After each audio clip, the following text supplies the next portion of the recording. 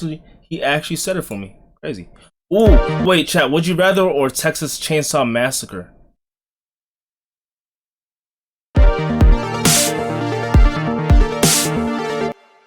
Welcome to the. You rather?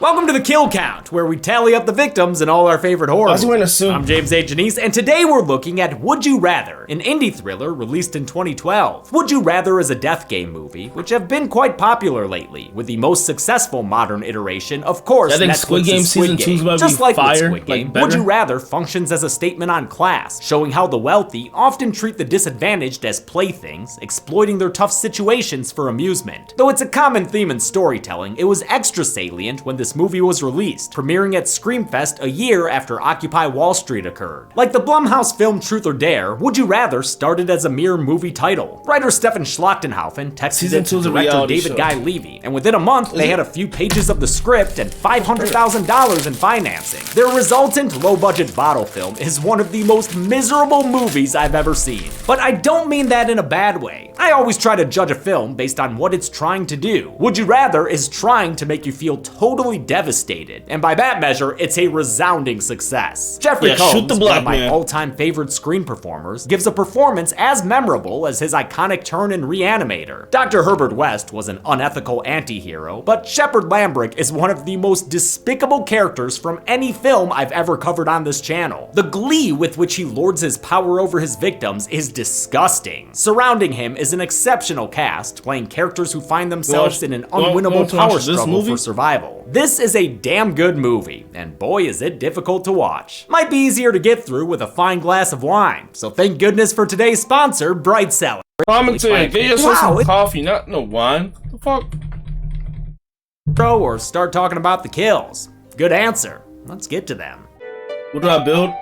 Build mad TNT. The movie begins with a job interview, but Iris ain't getting the job. Bad news for her, since she needs the money to take care of her brother Raleigh. Their parents are gone, and he's got leukemia, so they're buried beneath a mountain of medical bills. Raleigh feels guilty that his sister's life revolves around him. She's clearly stressed, but still wants to help her brother. Iris is played by Brittany Snow, recently seen in Ty West's X, while Raleigh is played by two-time room escape artist Logan Miller. Iris meets with Raleigh's oncologist Dr. Barden, played by Lawrence Gilliard Jr. of The Wire and The Walking Dead. He says he has one weird trick for her to cut down on medical costs. It involves Shepard Lambrick, played by Jeffrey Combs, who literally chews scenery in the background. Director Levy and writer Schlachtenhaufen patterned Shepard Lambrick after Christoph Waltz's performance in Inglourious Basterds. When Combs came up as a possible actor, they sent him the script immediately. He tore off whatever Star Trek makeup he was wearing at the time and signed on 48 hours later, thanking them for writing such a sinister role. Lambrick is a powerful man whose family wealth extends all over the world. He says he can use this power and wealth to help out Iris's brother. All she has to do is join him for dinner, then win a game she plays with the other guests. The evening will culminate with a game of sorts. What's a dam look like? Isn't a dam just like a huge ass wall? No? Winner will be taken care of. Smart and skeptical, Iris questions the proposition. But is this legit? Dr. Barden says it is. It's too legit to quit. In fact, he's a previous winner of one of Lambrick's games, and the reward saved his life. Without it, he might still be selling drugs in the pit. Later though, after Iris leaves, we see that Barden bella aches about signing her up for this. Lambrick tells him to shut up and take more money. Otherwise, he can just get a job in a sideshow. Despite her misgivings, Iris is too deep in debt to decline Lambrick's offer. She's picked up in a town car and taken to the the Lambrick estate, a towering mansion played by Artemisia. This Hollywood Hills home, built in 1913, lends the movie's major setting an authentic whiff of old money. Iris is brought inside by Bevins the butler, who puts her at ease with sparkling conversation. Pretty. Yes.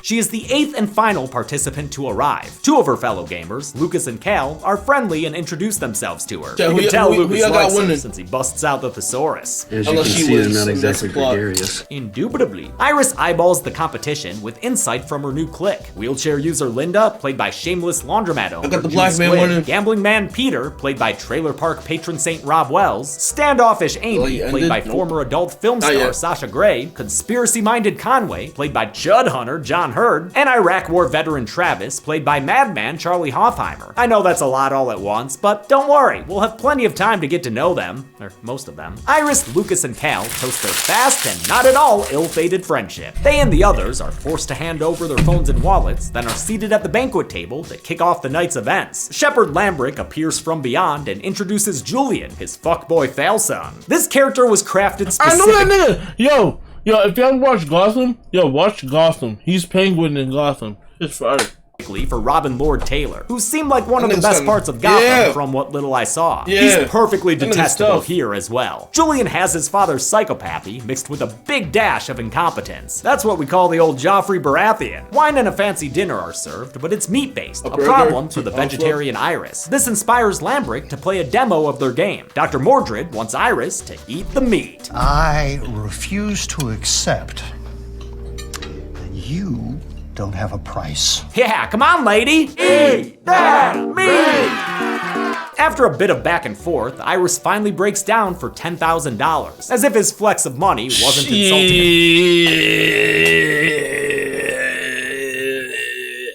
You drop them pants, I'll do anything for 10,000. Enough, Lambrick makes it an insult too with some savage mockery. A lifetime of discipline and commitment to cause wiped away by a mere $10,000. Oh, you pink skins. With blood in the water, Lambrick next turns to Conway, noticing that he's not imbibing the wine. Conway says he's a recovering alcoholic, not that it's any of Lambrick's business. And that's when the bloom comes off the benefactor. You are here essentially begging me for money. How is it not my business? He offers Conway $10K to drink a glass of wine, and when that doesn't work, ups the temptation to $50 grand if he'll drink a whole decanter of scotch. Conway tries to resist, explaining how hard he's worked to stay sober, but John Hurd lets us know with a heartbreaking glance that he needs this stack of cash. How else will he pay off Kevin's hotel room service bill? Like Iris, he relents, hoping this one moment of weakness will be worth it if it means improving his life. Even if it does, it's still humiliating, thanks to the way Lambrick treats these people like they're his toys. I love how Lambrick was introduced eating nuts and leaving the shells on the couch. It's symbolic of how he takes what he wants and is fine leaving a mess behind. With dinner and debasement over, it's time for the titular game. Would you rather? And lest you get your hopes up, they ain't gonna play the slumber party way. Gordo. You're gonna make us kiss each other? Sorry, Linda. Tonight, you drink don't get to be a boner donor. Instead of 7 minutes in heaven, the first round is 15 seconds in hell. That's how long players will have to make a decision. If they don't decide or refuse to choose, they're eliminated. The last person remaining will win the prize money. Cal questions why Lambrick's philanthropy is only available through competition.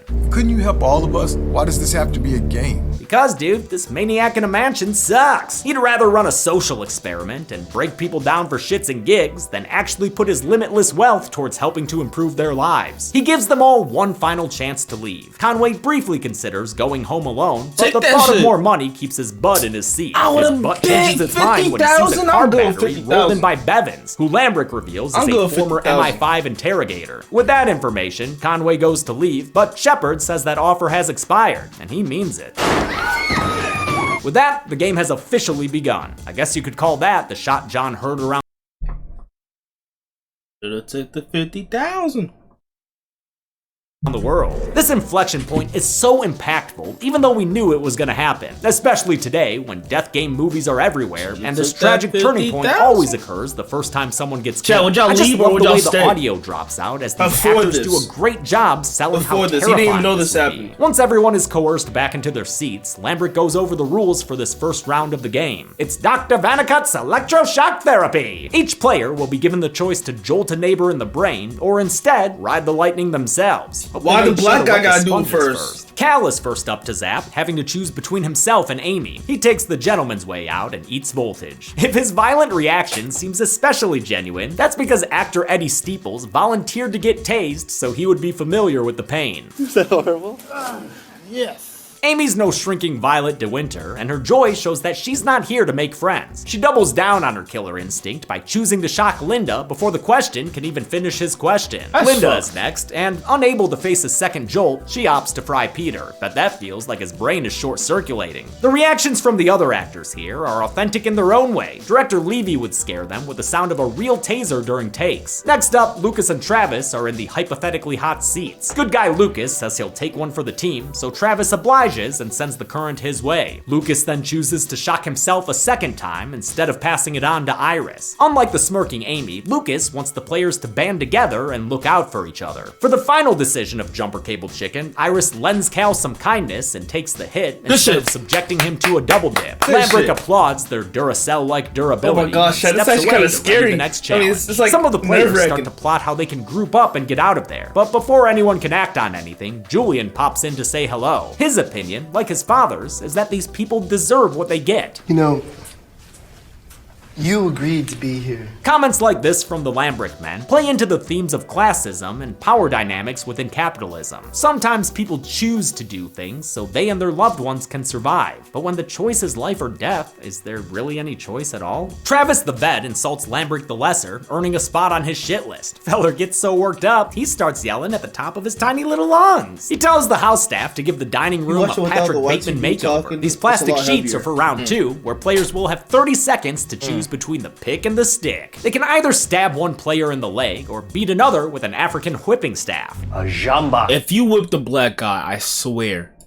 Yes, a jambak. You know he loves correcting people about that. Iris is up first, forced to choose between ice-picking Cal or jambacking Travis. Travis assures her he can handle the pain, so she gives him the whip. Nah, not love taps. Lambrick likes it when you play rough. Sorry, Amber, you can't stop the beating. Director Levy chose not to show the actual whip strikes, only the wind-ups and the aftermath. He wanted to distance Would You Rather from the so-called torture porn that was still lingering around the genre in 2012. It's still a pretty gnarly They was probably aftermath, getting though. horny That off Oxford is this. fucked. Next up, Crazy. Lucas has to choose between stabbing Iris and whipping Travis. Yep, option B is Travis once again, thanks to that shit-eating cobblepot. Lucas and Travis agree that a thigh stab is too dangerous, and so the soldier takes 3 more lashes. Damn. His turn is next, but he doesn't get a break. He can either stab Lucas in the leg or receive 3 lashings from Mr. Bevendier. Lucas begs the vet to stab him, but Travis refuses to break their solidarity. He That breaks nigga down gotta on his win. tie He and gotta takes win. his He licks. gotta win. Unfortunately He for gotta him, win. Bevins has beautiful form. In the deafening silence afterwards, Lambrick sees a teachable moment. It's just like life,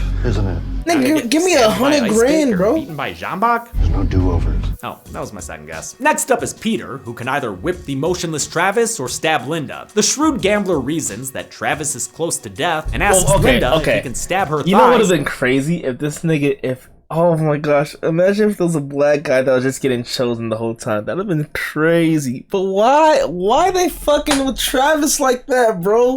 Travis does not need that. Since she can't feel anything below her waist. She reluctantly agrees, and yeah, Peter stab him. tries to poke her gently, but he hits that pesky artery and a June squib bursts, causing an eruption of red gold. Open wound be damned, it's Linda's turn. She wants revenge on Amy for that shock earlier, so she jabs the young woman before the countdown even starts. Amy gives her a receipt, which goes against rich guy blood sport etiquette, but our Rat King is too tickled at Linda's surprise savagery to care. Vinny Chase's girlfriend is next, with a choice of hitting Travis or stabbing any player she'd like. She tells everyone else that teamwork is for suckers. This game is about being the last one standing. She decides to go after a healthy competitor and smash cuts Iris in the chest, but amateur physician Lucas diagnoses it as just barely missing her lung. Iris puts her hand on the wound, and the movie agrees to kill never that bring it nigga. up again. Kill Travis that passes bitch. out from his injuries, Kill and that though he's bitch. still breathing right now, Linda is not. Damn, Peter, you fucked up. Could someone please offer him some comfort?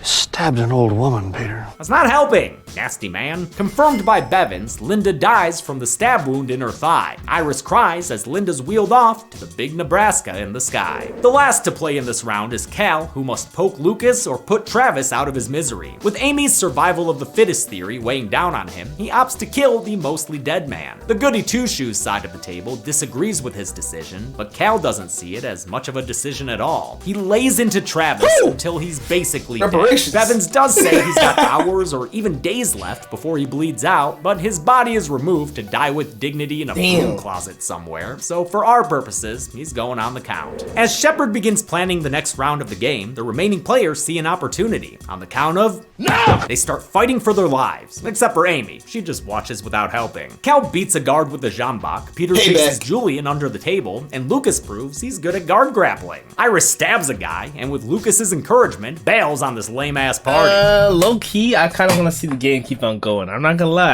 I low key want to see the game going. I'm not gonna lie.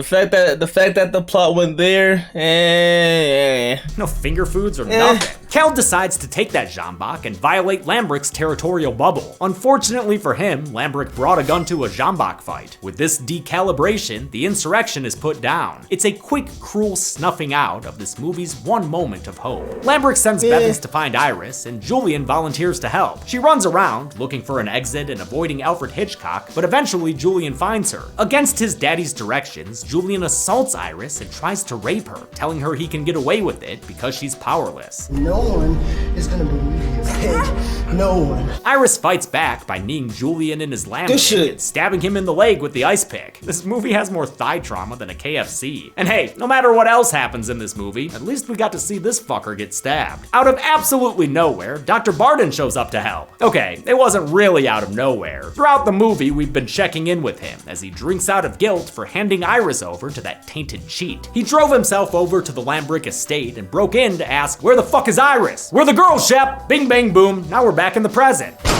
Ah, shit, and he's presently dead, thanks to Bevins with another headshot. Barden's side plot gives huge Dick Halloran vibes, but at least his scenes offered brief respites from the torment of Shepard's game. Though Julian demands the butler kill Iris as well, Bevins shuns the lad and offers up the closest thing to compassion any of these psychopaths can muster. "I'm sorry, Iris, but we're not through playing." He returns with Iris and reports to Lambrick what his bad adult boy tried to do. Pops leaves to discipline him personally, maybe lock him in a glass cage or something, and Iris learns that Cal was killed while she was gone. That pretty much solidifies things for her. Amy's right, these people are never going to let them leave. Our Brainiac returns and apologizes for Iris's injustice, while also making excuses for his awful son's assault. Since the loss of his mother, my son lacks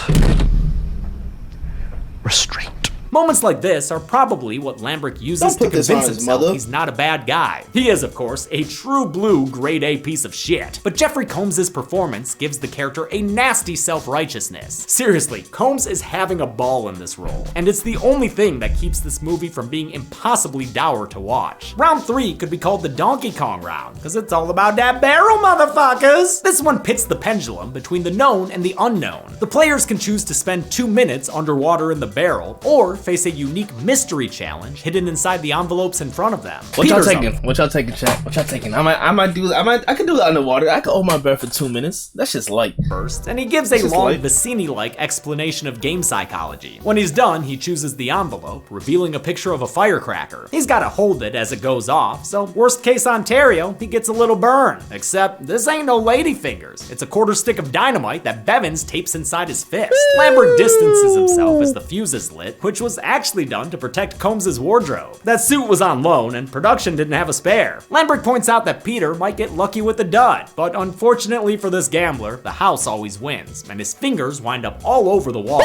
The others wipe Peter's pulverized pinky pieces off themselves. What's the options? He falls to the floor. Pull a card or go underwater. Or convulsing. He dies, not from his hand exploding, but instead tapping out to a heart attack. Huh, what are the odds? Lucas also opts for the envelope, and the card inside has a picture of an eye. Nigga, go for underwater. Nah, he's not so lucky. You must slit open your eye. This Un Chien Andalou moment is foreshadowed by the movie's theatrical poster, but Would You Rather doesn't have Hostel's budget or intent. After much deliberation, Lucas does the deed, but the camera whips away from the ocular disfigurement. Iris still had to see it though, and that convinces her to choose the barrel. Bevins assists her beneath the water surface, but she thinks of who she's doing this for and survives the potential drowning. This impresses her tormentors. You know, this is designed to actually drown people. Good thing she picked the barrel too. 2 minutes is a lot better than tooth hurdy. That leaves Amy, but before she chooses, Lambrick takes a moment to shatter her so far impenetrable shell. He wonders aloud how long it took her husband to drown their daughter, revealing a tragic backstory that helps explain why she's so jaded and cold. Gets you feeling bad for Amy right as she opens her envelope and learns that her fate is a full 4 minutes in the barrel. Well, Tom Cruise held his breath for 6.5 minutes in MI5, so maybe she can... shit, never mind. she did. Without the chance to take a breath, Amy drowns in the barrel as Bevins holds her head down impassively. And that barrel ain't filled with Tromaville toxic waste, so she's not coming back to get revenge on this mob boss. It's down to the final two, and Lambert says he'd be happy with either of them winning. The final round begins with a coin flip, determining that Iris will go first. She's given a choice: walk away with Lucas right now, both alive but empty-handed, or go for the gold and shoot Lucas dead with an antique dueling pistol. What y'all doing? What y'all doing? What y'all doing? You kill a nigga for money that you was originally there for, or suffer that torture and still be broke? Lucas laughs in relief, thinking the choice is obvious. They can both survive. He sees her hesitate, though, and tries to explain how similar their situations are. I'm leaving? I know exactly how you feel. Oh. I have 3 sisters. Mother! Nigga didn't get to talk. See, cause he's about to guilt trip her in the mind and make her hesitate. See? Dueling pistol. Lucas laughs in relief, thinking the choice is obvious. They can both survive. He sees her hesitate, though, and tries to explain how similar their situations are. I know exactly how you feel. I have 3 sisters. Motherfucker! Oh man, this ending is such a downer, it makes me miss the mist. You just hate seeing the rich and powerful completely conquer the poor and vulnerable. Crazy. Hell, with Lucas's preference for teamwork, this could be read as symbolic of management busting unions and keeping their workers in competition. In any case, it is devastating. On her way out, Lambert gives Iris a duffel bag full of dough, enough to cover Rowley's procedure and her own college education. I hear Barden University is nice. He also secures a bone marrow match for Rowley, but doesn't let Iris go without one final twist of the knife. I believe a thank you is in order.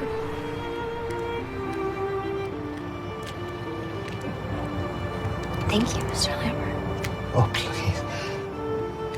No. Call me Shep. Back home, Rowley's in bed as Iris remembers she has a hole in her side. Since she don't want the world to see it, because she don't think that they'd understand, she showers the wound away before trying to wake her brother up, only to learn that her gameplay was all in vain. Turns out Rowley was tragically serious when he told Iris he wanted her to have her own life. The movie ends in the most bleak way possible, with Rowley dead by suicide from an overdose. Wow. Well, I'm all out of smiles, and I've got to choose between this very real barrel and this envelope. I'll take the card. Oh, good. It says I have to get to the numbers.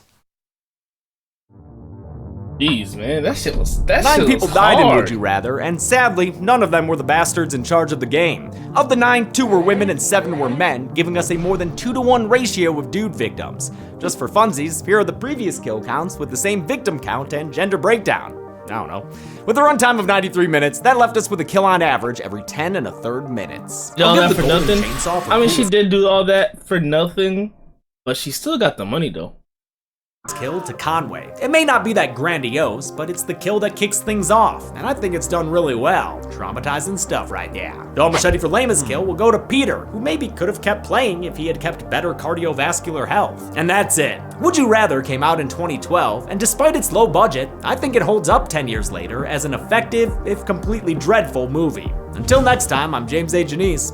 This has been The Kill Count. On the next kill. Her brother's dead? I mean, yeah, I know that. I know that. Count. Oh. I don't want to say the B word. I know that. And she still has the money. That's all I'm saying. That's all I'm saying. She still has the money. That's all I'm saying, bro. That's literally all I'm saying. She has the money. Did I say but? I didn't say but. Did I say but? I didn't say but. I didn't say but. So you can go ahead and feel me? You can go ahead and take that with you. You know? Chat one more. If you look at one more, Texas Chainsaw Massacre. You know?